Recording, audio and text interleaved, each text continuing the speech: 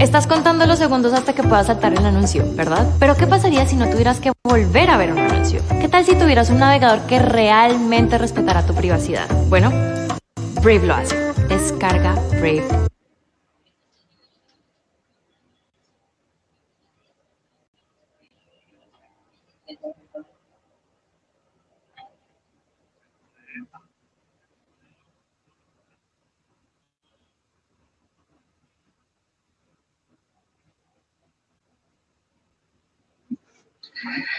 Saludos a todos los camaradas, compañeros y compañeras que se han decidido conectar en esta conferencia virtual organizada por el portal Revolución Obrera, órgano de la Unión Obrera Comunista, Marxista, Leninista, Maoísta de Colombia.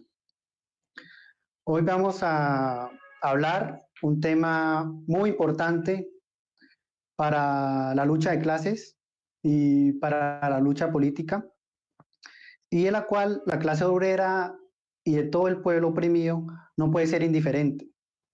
Vamos a hablar sobre la cuestión del Estado. Y es importante porque los trabajadores tienen que ser activos en esta cuestión, tienen que participar en todos los asuntos del Estado y tienen que llevar su lucha, no solamente en cuanto a la resistencia de la opresión de las distintas patronales, sino deben comenzar a enarbolar una lucha por la conquista del poder político. La cuestión del Estado suscita bastantes interrogantes, es una cuestión bastante candente en el debate político y sobre la cual se ha sembrado demasiada confusión. Se nos dice que el Estado somos todos, que el Estado le pertenece al pueblo o representa la voluntad popular. Se dice que el Estado ha existido desde siempre y también se nos dice de que votando, participando en estas elecciones, podemos cambiar la situación en las que nos encontramos. Esta cuestión del Estado también es un problema complejo, casi que similar al problema de la economía, ya que hablar de la cuestión del Estado y hablar de la cuestión económica afecta directamente los intereses de las clases dominantes. Lo primero que hay que tener en cuenta en relación al Estado es que hay que tener una comprensión científica, una comprensión de que parta de cómo va surgiendo el Estado a lo largo de la historia, cuál es el carácter que posee el Estado, cuál es su naturaleza y por tanto ver la necesidad que éste posee en relación con la sociedad. Lo primero es que el Estado nunca ha existido, es decir, el Estado no siempre ha existido a lo largo de la historia. Hubo momentos, épocas en la historia de la humanidad en que vivíamos sin Estado, sin ese aparato que aparenta estar por encima de toda la sociedad, pero que llega un momento que parece tragársela. El Estado comienza a surgir cuando la sociedad se presenta ese antagonismo social, es decir, había un momento en la historia de la humanidad en que las distintas sociedades producían solamente lo necesario para vivir. Pero con el descubrimiento de la agricultura, con el surgimiento de la propiedad privada, con el desarrollo de herramientas, se fue acumulando un excedente que permitió a un sector de esa sociedad tomar una posición de poder y comenzar a oprimir y a esclavizar a otras clases sociales. Es decir, ellos comenzaron a apropiarse no solamente de la tierra, también empezaron a apropiarse incluso de los mismos seres humanos. Es así cuando aparece la necesidad histórica de que existe un aparato especial que sirva a esa clase dominante en ese momento para oprimir y ejercer su dominio sobre la otra clase oprimida, ya sea el Estado esclavista, que beneficiaba a los principales esclavistas para mantener su dominio sobre los esclavizados, ya sea el Estado feudal, que mantenía el dominio sobre los siervos en pro de los señores feudales, o actualmente el Estado capitalista, que beneficia y garantiza el dominio en la clase capitalista de los terratenientes y los imperialistas sobre toda la clase obrera y sobre toda la clase obrera y sobre el pueblo oprimido. Es por esa razón que basta ver con la historia de la humanidad para ver cómo el Estado ha cambiado tanto su forma de gobierno como su forma de organización y también su carácter de clase. También ha existido en algunos momentos de la historia de la humanidad algunos estados obreros, de los cuales hablaré más adelante.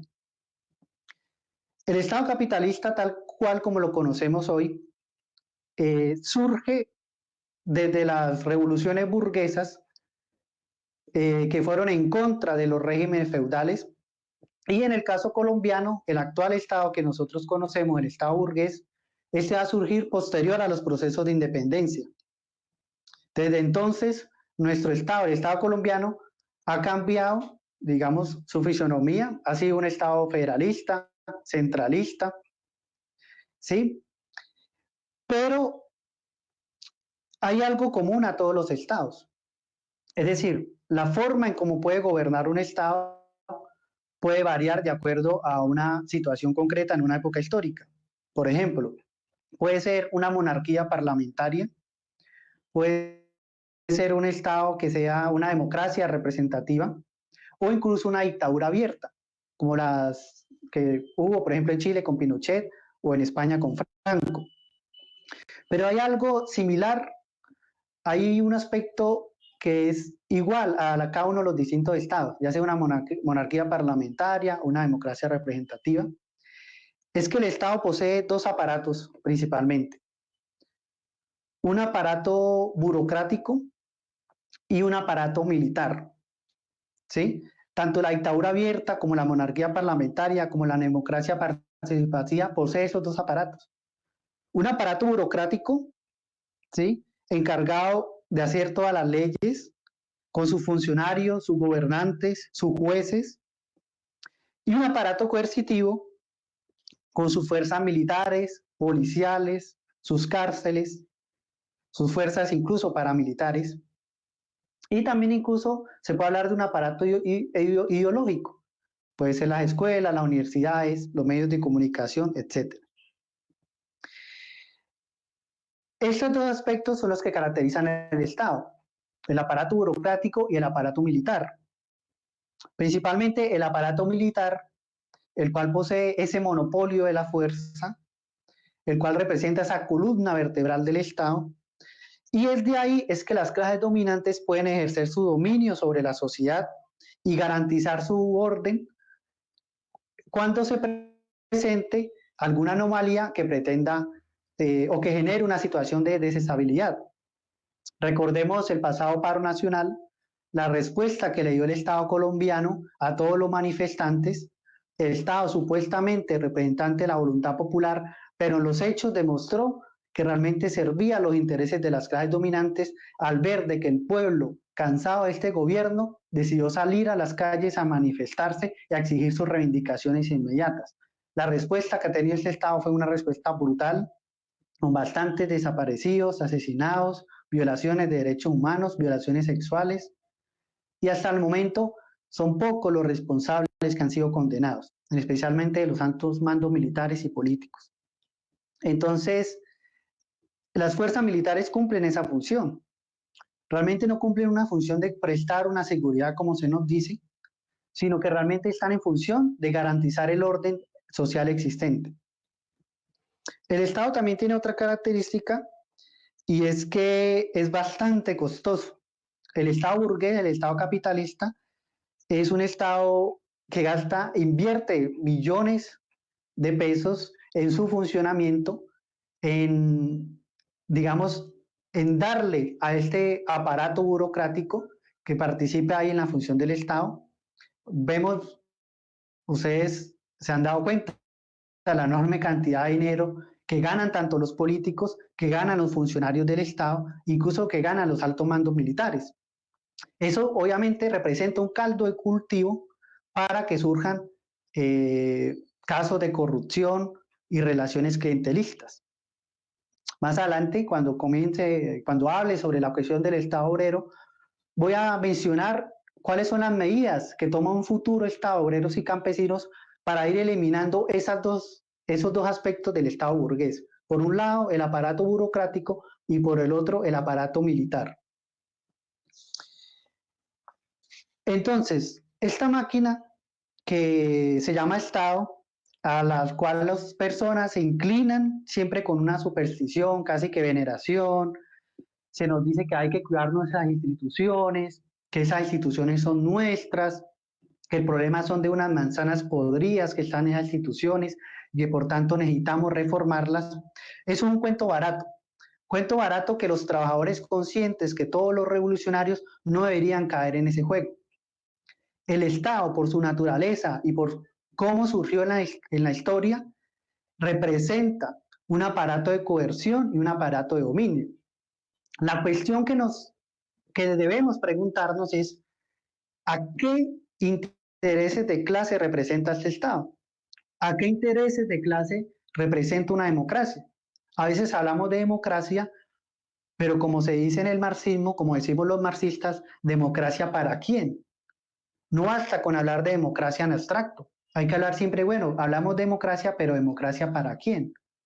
La actual democracia que existe en Colombia, la democracia burguesa y que existe en gran parte de todo el globo, es una democracia burguesa, una democracia que está en función de una minoría parásita que es dueña de los medios de producción y que compra y se enriquece a partir del trabajo social de millones de trabajadores en el mundo.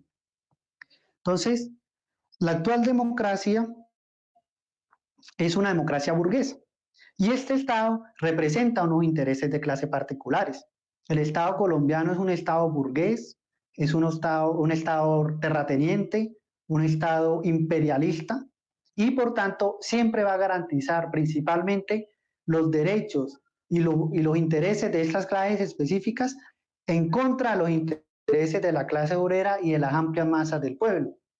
En la historia de nuestro país existen numerosos casos que reflejan lo que acá estoy comentando. Hemos visto, por ejemplo, un caso reciente que Duque, desde el gobierno de Duque, aprobó la licencia ambiental para dar paso libre a la implementación de los proyectos de fracking en el Magdalena Medio, yendo en contra de los mismos intereses de las comunidades que están ahí sentadas, yendo en contra de lo mismo medio ambiente que se encuentra en esa zona. Porque un Estado que supuestamente representa la voluntad popular iría en contra de los intereses del mismo pueblo. Es porque ese Estado representa los intereses de clase. ¿Sí?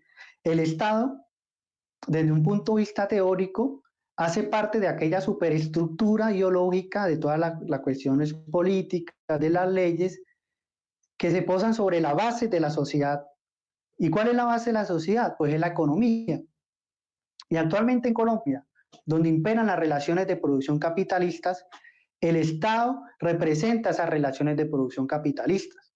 Es por eso que en la sacrosanta Constitución Política de Colombia, uno de los principales derechos que garantiza,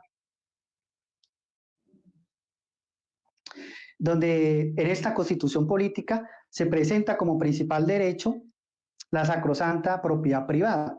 No la propiedad privada en el sentido de tener una casa, de tener un carro, una moto, no, la propiedad privada sobre los medios de producción, sobre la tierra, sobre las grandes extensiones de tierra, sobre las fábricas, sobre las empresas, sobre los medios de transporte públicos. Entonces, este Estado representa sus intereses capitalistas. Ahora bien, algunos dirán, bueno, es que el problema tal vez no es el Estado como tal, el problema es el gobierno, el problema son aquellos que nosotros elegimos al votar y que están ahí y que como elegimos principalmente gente derecha, pues vamos a votar por gente izquierda, vamos a votar por gente de centro o gente progresista alternativa para que desde el gobierno vaya cambiando toda esta situación. Ese tipo de posiciones realmente lo que parten de un desconocimiento de cómo funciona la sociedad. Porque la república, es decir, el Estado capitalista, la república burguesa, ha logrado una apariencia democrática, ¿sí? Como comentaba hace un momento, el Estado capitalista surge las revoluciones burguesas, el Estado burgués colombiano surge luego el proceso de independencia y claro, la implementación de la República Democrática, del parlamentarismo, de las elecciones, del sufragio universal. Si lo vemos desde un punto de vista histórico, esos elementos sí representan un avance en relación a anteriores sociedades como la sociedad feudal o el periodo colonial que existió en este país. ¿Sí? Pero eso es solamente una apariencia, porque el Estado capitalista va a alcanzar una apariencia democrática, ¿sí? Y donde le va a otorgar, claro que con muchísima lucha por parte de la clase obrera, del pueblo oprimido, para obtener ese derecho al voto, para elegir y ser elegido. Pero eso tan solo es una apariencia, porque esa libertad, esa igualdad que se va a conseguir en las leyes es una igualdad y una libertad nada más que formal. Porque mientras la sociedad sigue estando dividida entre opresores y oprimidos y sigue estando dividida entre capitalistas y trabajadores. Mientras persista esa división antagónica acá en la sociedad.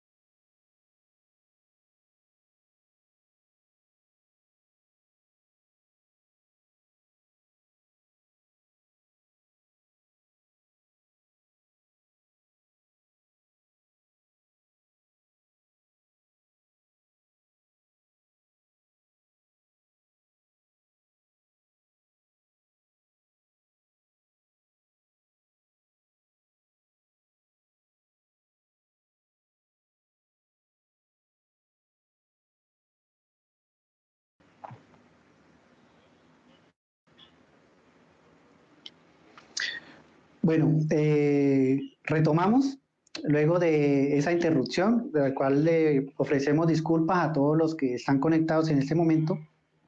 Está hablando de cómo el Estado capitalista logra una apariencia democrática formal, pero pues mientras la sociedad siga estando dividida en clases sociales, estos intereses son antagónicos y solamente cuando la clase llamada en esta época a ser el sujeto político revolucionario por excelencia, es decir, la clase obrera, realice su revolución, pues podrá superar esta democracia burguesa y llegar a una sociedad, a una democracia más avanzada como es la democracia obrera. Entonces, si bien el Parlamento, el sufragio universal, como comentaba, sí representan, digamos desde el punto de vista histórico, un avance respecto a otras sociedades anteriores como la época feudal, esclavista, etcétera, pero en la sociedad capitalista, las elecciones va a tender, o incluso el mismo Parlamento, también a unos instrumentos de los cuales va a utilizar la burguesía para que el pueblo trabajador sea el que escoja a cuáles serán sus propios verdugos. Son en estas elecciones en donde la clase dominante decide generalmente resolver sus contradicciones internas que ellos puedan tener y también donde escogen a aquellos representantes políticos de algunas de estas facciones de la burguesía o incluso de la pequeña burguesía, los cuales van a administrar este aparato, a este Estado, y en última son los que van a ejecutar la dominación burguesa sobre toda la clase obrera y sobre el pueblo oprimido, incluso yendo en contra de los mismos intereses o ilusiones que puede tener la persona. Es por esta razón de que mientras la clase dominante sigan teniendo el poder económico, cuando sea el capital, mientras el capital siga teniendo, siga siendo la fuerza dominante en esta sociedad, el Estado va a estar al servicio de los intereses de los capitalistas. Y el Parlamento y las elecciones van a seguir siendo esas marionetas, esos instrumentos que van a utilizar para oprimir a la clase obrera. En Colombia hemos visto, por ejemplo, que estas clases dominantes, al tener un gran poder económico, han logrado comprar a diversos funcionarios y por tanto han invertido una enorme cantidad de dinero en las distintas campañas políticas. Eso le permite asegurarse posiciones de dominio en todo el Estado y garantizar puestos para algunos de sus familiares. Eso hace pues que en esta democracia burguesa como la colombiana son las clases dominantes, la capitalista, los terratenientes, los imperialistas, incluso un sector de la mafia, de una clase mafiosa que existe en el país, mafiosa y paramilitar, se haga con el poder y sea esta democracia la que represente los intereses de esos sectores en esta sociedad. Es por eso que a través del voto, como nos dicen algunos, no se va a poder lograr los grandes cambios que requiere esta sociedad. Incluso si la sociedad colombiana, la democracia colombiana, fuera una democracia, digamos, con mayor avance o no tan restringida como puede ocurrir en otras democracias, al menos europeas, pues el voto no se va a lograr los grandes cambios que requiere la sociedad, porque los grandes cambios que han ocurrido en las sociedades nunca han pasado por los parlamentos, ¿sí? Recordemos lo que ya comentaba, el parlamento, el sufragio universal, es algo que surge con las revoluciones burguesas, pero anteriormente, con la existencia de otros estados, como el estado feudal, el estado esclavista, este tipo de instrumentos no existían, tal cual como nosotros lo conocemos en este momento. Aquellos que creen que es a través de las elecciones que se logran los cambios fundamentales de esta sociedad, digamos que están padeciendo de esa enfermedad que desde el marxismo llamamos como cretinismo parlamentario. ¿Qué es el cretinismo parlamentario? Es eso, que todos los grandes cambios que ocurren en la sociedad pasan necesariamente por el Estado, pasan necesariamente por el Parlamento. Es decir, estas personas creen que es el Estado el que lo resuelve todo, ¿sí? Y por tanto, eso refleja que no comprende realmente la naturaleza del Estado. Por ejemplo, los que dicen que el problema de algunas zonas en Colombia, por ejemplo, se debe a que no hay presencia estatal, que se requiere una presencia estatal. Pero lo que estas personas no ven es que justamente que esa situación de pobreza y exclusión que existe en esas zonas es una muestra de la presencia del Estado, porque el Estado en última no le conviene esas zonas o porque simplemente lleva ahí lo que le interesa llevar, es decir, principalmente la fuerza militar o incluso la misma fuerza paramilitar. Entonces, la historia no se cambia a través de las elecciones. Los grandes cambios en una sociedad no se logran a través de las elecciones, es a través de las revoluciones, como se ha demostrado el principal cambio histórico, es a través de la violencia revolucionaria que se han logrado los grandes cambios en esta sociedad. Y esto es muy común, digamos, esta posición de invitar a toda la clase obrera y al pueblo a que voten, a que pensar de que con el hecho de depositar una papeleta en una urna se van a lograr grandes cambios. Esta es una posición muy común de los partidos reformistas, de los partidos de la pequeña burguesía democrática, incluso de esos partidos pseudo-revolucionarios, comunistas, que uno los ve constantemente yendo a la cola de los programas liberales, yendo a la cola de los políticos que nos prometen el cielo y la tierra en unas elecciones y nos dicen que van a crear un capitalismo humano, que vamos a entrar en una sociedad de paz y progreso. Y yo les pregunto, ¿es que realmente puede haber paz en una sociedad donde se presenta una división antagónica entre dos clases sociales? ¿Puede haber paz en una sociedad donde existen explotados y oprimidos, explotadores? No, no puede existir y nunca ha existido. Esta democracia de cualquier Estado puede ser el más democrático posible, pero mientras exista esa división antagónica, van a presentarse esa opresión y esa explotación. Hay muchísimos ejemplos históricos que demuestran que ese planteamiento que proponen estos partidos reformistas y pequeñoburgueses es totalmente falso. Voy a mencionar algunos. Por ejemplo, Rosa Luxemburgo, una dirigente socialista alemana del siglo pasado, del siglo XIX y principios del siglo XX, asesinada brutalmente bajo un gobierno socialdemócrata. Ella comentaba en un texto, haciendo una crítica a unos socialistas franceses que decidieron participar dentro, digamos que fueron elegidos como ministros de un gobierno burgués. Ella decía que era falso creer que con la entrada de socialistas o la entrada de gente de izquierda o la entrada de gente popular a un Estado burgués, el Estado iba a cambiar su carácter. Ella decía, la entrada de los socialistas a un gobierno burgués no hace que el gobierno burgués se vuelva socialista. La entrada de los socialistas al gobierno burgués convierte en burgueses a los socialistas. ¿Sí? Entonces, actualmente creer de que por la entrada de un progresista a la administración, al gobierno, es decir, a pasar a administrar ese Estado, se va a convertir el Estado a tener un carácter popular o que el Estado va a tener un carácter que sirva a la clase obrera. Eso es totalmente falso, eso nunca se ha presentado. Y incluso mirando casos más recientes, por ejemplo en Chile, con la elección de Boric, ¿sí? A través de esa coalición del Frente Amplio, Boric, que prometía que Chile entraba en un nuevo progreso, actualmente ya han presentado varios casos de represión contra el pueblo chileno que sigue saliendo a las calles pidiendo la libertad de los presos de la revuelta. Pero el Estado Boric, a pesar de que ganó justamente a través de un discurso que aprovechó esa revuelta para subirse al poder, pues actualmente está en el poder reprimiendo a los mismos de la revuelta, a los mismos que le depositaron el voto. En la Constitución chilena, la nueva Constitución que están construyendo en esa Asamblea Constituyente, se declara que el Estado chileno es un Estado plurilingüe, es decir, que reconoce las distintas lenguas, aparte del castellano, reconoce las lenguas indígenas que existen en ese país. Y hace poco Boric ordenó la militarización del territorio mapuche, ¿sí? Del territorio indígena mapuche allá. Es decir, como un gobierno progresista, un gobierno que supuestamente era diferente a los distintos gobiernos de derecha, representantes del pinochetismo, terminó mandando a militarizar un territorio indígena que viene luchando desde mucho tiempo, incluso desde la dictadura de Pinochet. En España sucedió algo similar.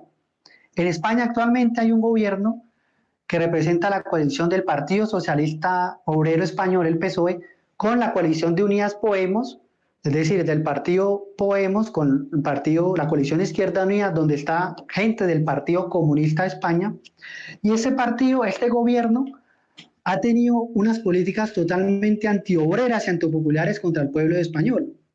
Hace poco hubo una huelga de obreros de metal en Cádiz, y lo que hizo este gobierno progresista, el gobierno más progresista de la historia, fue enviar unas tanquetas a reprimir a los obreros. Los precios de la luz están por las nubes en España y actualmente tanto ese gobierno progre español ha decidido enviar armas a los neonazis ucranianos en la actual guerra imperialista allá en Ucrania. Lo mismo ocurre, por ejemplo, con el gobierno sueco. El gobierno sueco, que es un gobierno donde está gobernando la socialdemocracia a la izquierda, ¿sí? Incluso Suecia se nos vende siempre por esos partidos reformistas y pequeños burgueses como un partido modelo, un partido y una sociedad, un Estado modelo a seguir. Pero actualmente Suecia también le ha enviado armas a los neonazis, a los fascistas ucranianos en la guerra imperialista en Ucrania, y hace poco, junto con Finlandia, pasó la solicitud para el ingreso a la OTAN, a esa institución imperialista que le sirve principalmente al imperialismo yanqui. Entonces, les decimos, desde Revolución Obrera, desde la Unión Obrera Comunista, Marxista, Leninista, Maoísta de Colombia, le decimos a todos los obreros, a todos los trabajadores conscientes, a todos los revolucionarios, les decimos, aquellos compañeros y compañeras que van a participar en las elecciones, van a votar, ya sea por el candidato del pacto histórico o por esta coalición de Sergio Fajardo, decimos, vean compañeros, vean Chile, vean España, vean Suecia, vean esas sociedades donde llegó un gobierno de izquierda, un gobierno de la izquierda burguesa, de la izquierda pequeño burguesa, que les prometía grandes cambios a través de un voto y terminaron representando y administrando los negocios comunes de la burguesía como hace cualquier gobierno. ¿Por qué? Porque mientras este Estado siga siendo el Estado burgués que represente los intereses de la clase burguesa, mientras siga existiendo la propiedad privada sobre los medios de producción, mientras siga existiendo las relaciones de producción capitalistas, mientras en esta sociedad siga existiendo explotados y explotadores, van a seguir siendo presentándose estas luchas y estos conflictos de clase. Y ni un gobierno burgués, por más alternativo y por más de izquierda que se pinte, al estar en ese gobierno va a tener que cumplir con la agenda que le imponen las clases dominantes. O tristemente le va a pasar lo que pasó con Allende en Chile. Salvador Allende, un presidente de izquierda, incluso con un programa muchísimo más radical que el que posee Petro, que el que posee Boric o el que posee cualquier otro gobernante de izquierda, llegó al poder a través de las elecciones en Chile y trató de hacer algunos cambios que iba en contra de la misma burguesía del capital imperialista y pues le terminaron dando un golpe de Estado.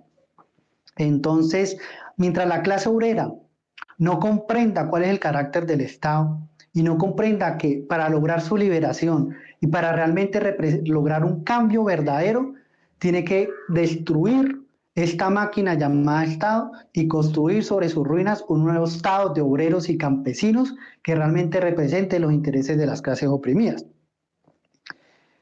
Ahora bien, ¿cuál sería la actitud entonces que deben tomar los trabajadores en unas elecciones? La clase obrera en su lucha por su emancipación debe utilizar todos los medios posibles que estén a su alcance y las distintas formas de organización para avanzar en su organización, para avanzar digamos, en su alto nivel de conciencia y también para avanzar en su movilización. Las elecciones pueden ser uno de esos instrumentos que puede utilizar la clase obrera para avanzar en ese sentido. Eso hace que las elecciones sean una cuestión de táctica, es decir, una cuestión de que se tiene que analizar la situación concreta en la que se presentan esas elecciones y partiendo de esa situación, la clase obrera debe tomar una decisión si participar en estas elecciones o no. Es decir, ¿cuál sería ese análisis de la situación? Por un lado, debería mirar cuál es la actitud histórica que han tenido las clases oprimidas y las clases dominantes sobre las elecciones y el Parlamento. También debería mirar cuáles son las formas de lucha y organización que vienen utilizando los trabajadores en el momento concreto donde se presentan esas elecciones. Y a su vez, deben ver cuál es el grado de las contradicciones que presentan en ese momento y hacia qué punto se dirigen. Y analicemos la situación en Colombia. Las elecciones históricamente en Colombia han dado una muestra abierta total de fraude. La compra de votos también se hace de manera abierta, incluso algunos políticos reconocen abiertamente que lo hacen. Existe una constante coerción del voto, votan los muertos, los paramilitares obligan a votar, los empresarios obligan a votar. Y también el Estado y el mismo gobierno ha dado muestras enormes de corrupción, ha dado muestras enormes de terrorismo de Estado, de políticas y leyes antiobreras y antipopulares. Es decir, todas estas condiciones han hecho de que actualmente el pueblo colombiano poco crea en elecciones. Si uno mira realmente la participación de la clase obrera y del pueblo colombiano en las elecciones es bastante baja, digamos que en comparación con otros países se presenta el voto en blanco, siempre tiene un nivel bastante alto, la misma abstención, los votos nulos. Y pues las mismas clases dominantes han dado muestras de lo que representan para ellos las elecciones. El simple hecho de que pongan a votar los muertos, de que compren los votos y que hagan todas estas jugaditas sucias entre ellos para maniatar las elecciones a su favor. Es decir, en Colombia las elecciones se muestran claramente, históricamente se ha mostrado claramente que simplemente es una marioneta y un juego de las clases dominantes para turnarse el poder unas y otras. Asimismo, en referente al actual estado de la organización y de la lucha que se viene realizando, ustedes saben que veníamos en un auge de la lucha del movimiento popular con el pasado levantamiento popular. En ese levantamiento popular, la clase obrera y el pueblo colombiano habían salido a las calles a luchar no solamente contra esas nefastas reformas que venía implementando este gobierno uribista, sino también iban en contra de lo que representaba este gobierno. Es decir, varios gobiernos atrás que representan políticamente ese sector mafioso, ese sector paramilitar, reaccionario y del gran capital de las clases dominantes colombianas. Entonces, en ese levantamiento popular se presentaron nuevas formas de organización del pueblo. Por un lado, estaban las asambleas populares, ¿sí? Que representaban o fueron embriones de un nuevo poder, porque era el pueblo el que se reunía en esas asambleas, el que discutía sus problemas, el que proponía las distintas soluciones que cada sector veía. También se presentaron formas de lucha, por ejemplo, como la huelga política de masas, el paro, los bloqueos, los puntos de resistencia, y en ese sentido fueron surgiendo otras formas como las primeras líneas o grupos de choque que representaban esos embriones de una futura milicia obrera, una futura milicia popular, ya que era el mismo pueblo el que decidía armarse claramente con objetos, pues principalmente escudos y eso, para combatir contra las fuerzas de las clases dominantes, es decir, contra el ESMAD, contra la policía. Ese paro nacional generó un gran descontento, ¿sí?, de este gobierno. Y como comentaba, fue un momento de auge de la lucha popular y surgieron estas formas de organización como las asambleas populares y los grupos de choque de primeras líneas.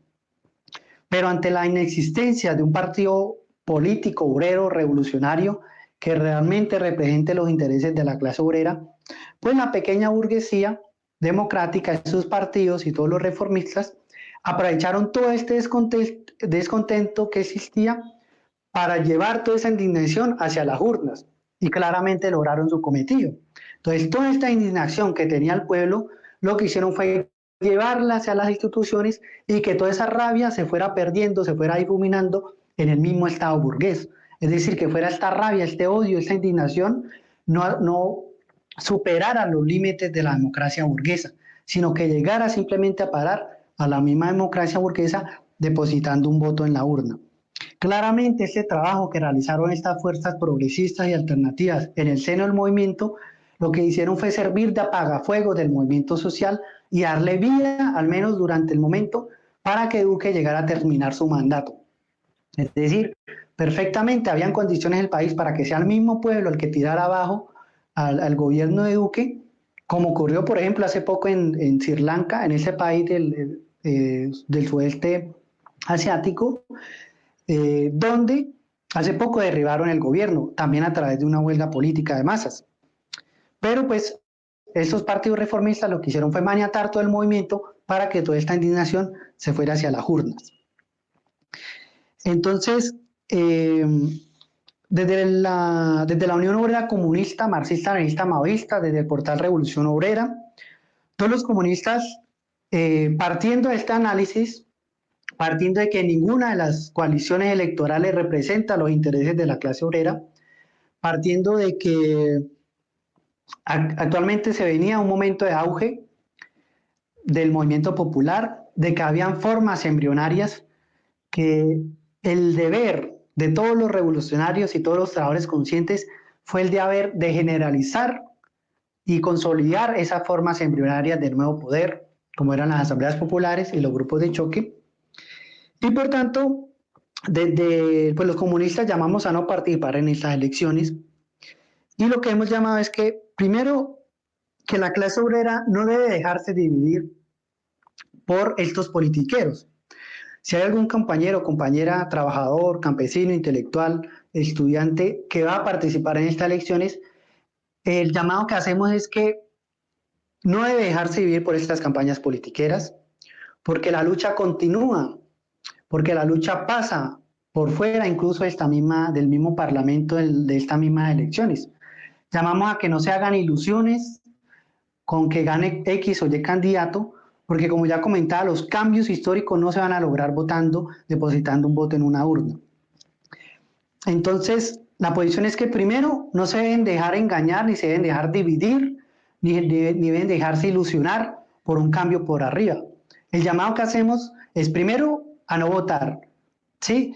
El caso es que voten a no dejarse dividir, a no dejarse ilusionar, a no ilusionarse en un cambio por arriba y a fortalecer la organización, a luchar por la construcción de un partido obrero en Colombia, un partido obrero revolucionario que realmente represente los intereses de la clase obrera en el país y de las masas oprimidas, y a preparar el futuro levantamiento popular que es posible y es casi que se va a presentar en este país.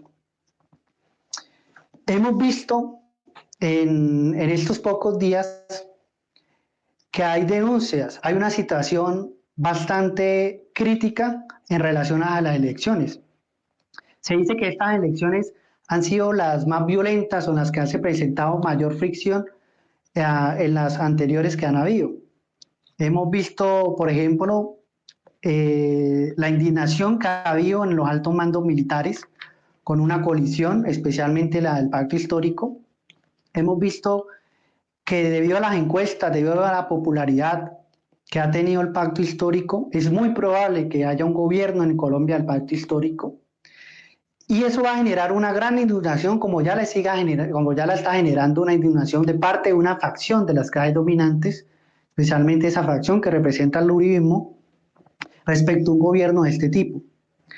Eso va a generar que puede presentarse, como ya el mismo Petro denunció, una posibilidad de golpe de Estado, ya sea de que aplacen las elecciones o que sea mediante un golpe de Estado militar reaccionario.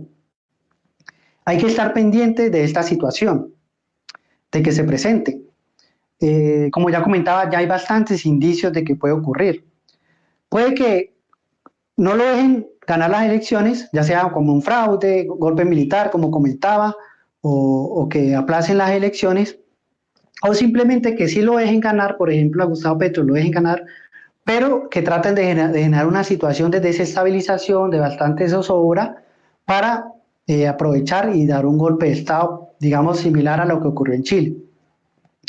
En todo caso, esta situación que se presente en relación a las elecciones, a las actuales elecciones en el país, va a generar una crisis política que ya se viene presentando.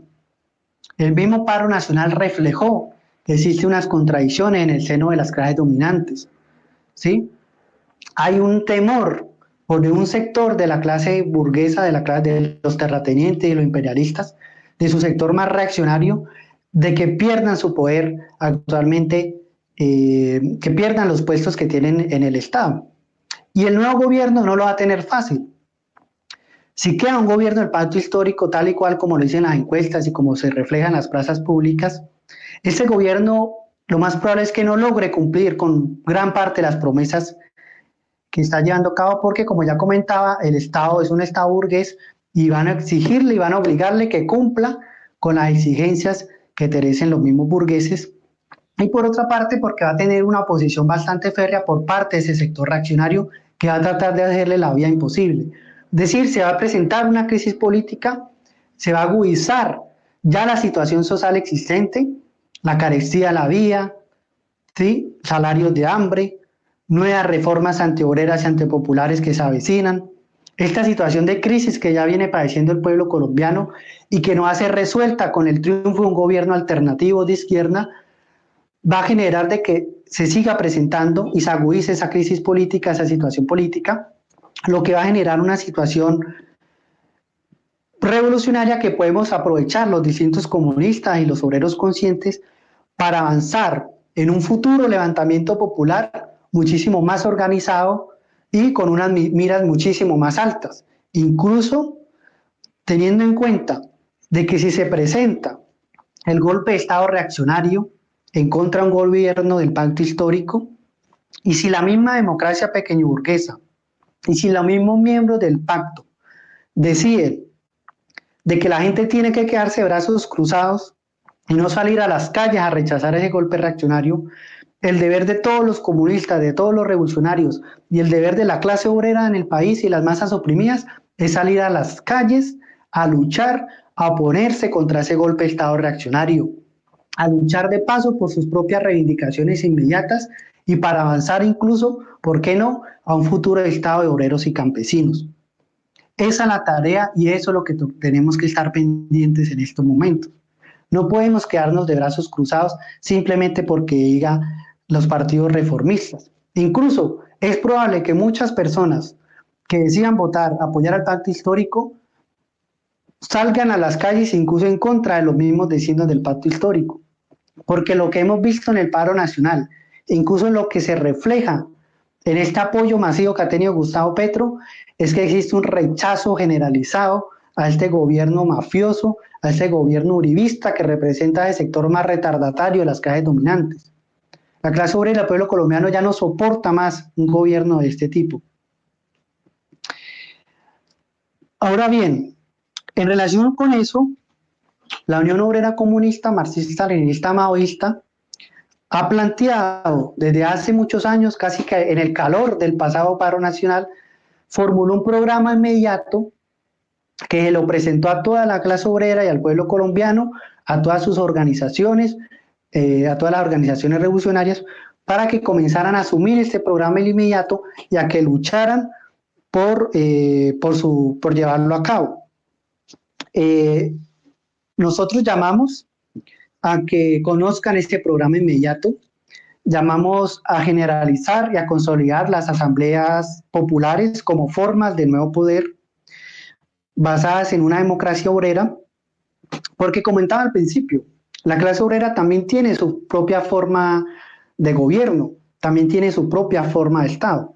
Si bien el objetivo del comunismo es llegar a una sociedad donde no exista Estado, donde no exista opresión y explotación de ningún tipo, pero para llegar a eso, la clase obrera sí necesita de un aparato el cual le permita realizar todas las medidas necesarias para avanzar en esa sociedad. ¿Cuál es ese Estado? Pues es el Estado obrero, el Estado comuna, o como también se le conoce, la dictadura del proletariado. Yo mencioné al principio que una característica de todos los estados, incluyendo el Estado burgués, es que posee un aparato burocrático y un aparato militar. El Estado obrero, el nuevo Estado obrero de tipo comuna, a diferencia del Estado burgués, es un Estado barato, no es un Estado parásito y que gasta enormes cantidades de dinero. Y ese Estado está autoorganizado de tal forma que va deconstruyendo ese aparato burocrático y ese aparato militar profesionalizado. ¿Con qué medidas? Primero, en relación a la burocracia. Todo funcionario dentro de ese nuevo Estado obrero no va a ganar mayor al salario de un obrero. Si uno compara el Estado burgués colombiano, la cantidad de dinero que reciben los funcionarios del Estado está por encima de lo que gana un obrero normal. En un Estado obrero, esos funcionarios ganan el mismo salario que gana un trabajador. Por otra parte, esos funcionarios son elegidos y removibles en cualquier momento. No como ocurre acá, que pues se eligen, por ejemplo, un periodo de 4 años y duran eso, y digamos que para que sean removidos deben que pasar por todo un proceso. En un Estado obrero no. En un Estado obrero esos candidatos son elegidos y removibles en cualquier momento si no cumplen con sus funciones. Y la otra medida que tiene un Estado obrero es que cumplen las funciones dictan leyes y las ejecutan al mismo tiempo. No como ocurre con el Estado burgués, que existe un aparato legislativo y un aparato ejecutivo, sino que en el Estado obrero estas dos funciones están unidas. El mismo que legisla las leyes es el mismo que las ejecuta. Eso no va a generar una contradicción como se presenta en el Estado burgués, el que algunos legislan y son otros los que ejecutan y generalmente se presenta ahí una contradicción. Y a su vez, otra medida que posee el Estado obrero es que se promueve que todos los trabajadores, que toda la sociedad, que todo el pueblo logre o participe en algún momento en alguna de esas funciones del Estado. Es decir, si todos en algún momento vamos a tener que cumplir una función de Estado, pues nunca nadie va a ser, es decir, no van a existir funcionarios profesionales, ya que cada persona en algún momento de su vida va a tener que cumplir una función dentro del Estado obrero. Eso en relación a la burocracia. Como ven, el Estado obrero en relación a ese aparato que lo echa a andar, que en este caso es el aparato burocrático, es totalmente distinto al aparato burocrático burgués. Y en relación al aparato militar, el Estado de tipo comuna, la dictadura del proletariado, se basa en una ley, digamos, en un mandato que es el pueblo en armas, es decir, el armamento general del pueblo. No es un ejército profesional que esté ligado a la sociedad, sino que es el mismo pueblo el que está en armas y el que se arma a través de unas milicias obreras y populares. Como comentaba, en el paro nacional vimos formas embrionarias de ese nuevo tipo de Estado. Las asambleas populares, donde asistían distintas personas de distintas organizaciones, ahí mismo ahí mismo hablaban y debatían y decidían, y los mismos grupos de choque o primeras líneas, las guardias, por ejemplo, las guardias indígenas, las guardias cimarronas, las guardias campesinas, esas guardias también son formas embrionarias de una futura milicia obrera, es decir, es el pueblo el que tiene el poder, es el mismo pueblo el que organiza su mismo aparato. Entonces, en Colombia y en el paro nacional ya se reflejó esas nuevas formas de nuevo poder. Y la tarea y el llamado que requiere toda la clase obrera y el pueblo colombiano, y la tarea que deben cumplir los comunistas, es luchar por construir su propio partido obrero revolucionario, del cual la Unión Obrera Comunista, Marxista, Leninista, Maoísta viene luchando desde hace muchos años y viene llamando a cada uno de los obreros, campesinos, intelectuales, estudiantes, mujeres, a toda la masa del pueblo a sumarse a esta organización y a luchar por construir el partido del proletariado. Y a continuar la lucha, a preparar el levantamiento popular, a generalizar y consolidar las asambleas populares, a generalizar y consolidar las primeras líneas, grupos de choque o milicias obreras, y a estar pendientes de lo que pueda ocurrir en estas elecciones y la posibilidad de un golpe de Estado reaccionario. Ese es el llamado desde el portal Revolución Obrera y desde la Unión Obrera Comunista, Marxista, Leninista, Maoísta, se le está haciendo a toda la clase obrera y el pueblo colombiano. Y bueno, ya para terminar, voy a leer algunos comentarios que nos están dejando acá en la transmisión en Facebook. Bueno, unos saludos. Francisco Pacho Garnica nos dice: buenas noches, camarada, excelente tema el que traen hoy para los obreros e intelectuales revolucionarios. La socialdemocracia es la bota izquierda al capital, con que oprimen al pueblo. Boric no es la excepción y Petro tampoco lo fue cuando era alcalde de Bogotá y no lo será si lo nombran de presidente. Alfredo Montoya nos dice: un presidente solo es el títere de los que están detrás del poder. Banqueros, capitalistas, empresarios, gamonales, multinacionales, terratenientes y todas las élites a nivel mundial.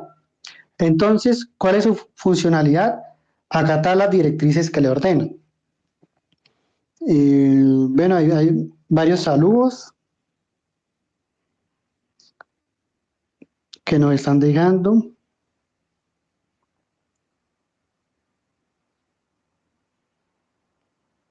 Bueno, McLean MLM nos dice: como decía Mao, todo hombre o mujer debe ser intelectual, obrero y soldado en la nueva sociedad. Bueno, su mayoría son varios mensajes que nos están dejando de saludos en esta transmisión. Y bueno, ya para terminar, quisiera leer una cita de este clásico de la literatura marxista, el cual invito a todos ustedes a buscar en internet, lo encuentran, y a leerlo, El Estado y la Revolución de Lenin. Y quiero terminar ya esta conferencia virtual leyendo esto, que son dos ideas importantes y que había comentado acá en esta conferencia. Entonces dice así: la lucha por arrancar a las masas trabajadoras de la influencia de la burguesía en general y de la burguesía imperialista en particular es imposible sin una lucha contra los prejuicios oportunistas relativos al Estado. La cuestión de la actitud de la revolución socialista al proletariado ante el Estado adquiere, así, no solo una importancia política práctica, sino la importancia más candente como cuestión de explicar a las masas qué deberán hacer para liberarse en un porvenir inmediato del yugo del capital.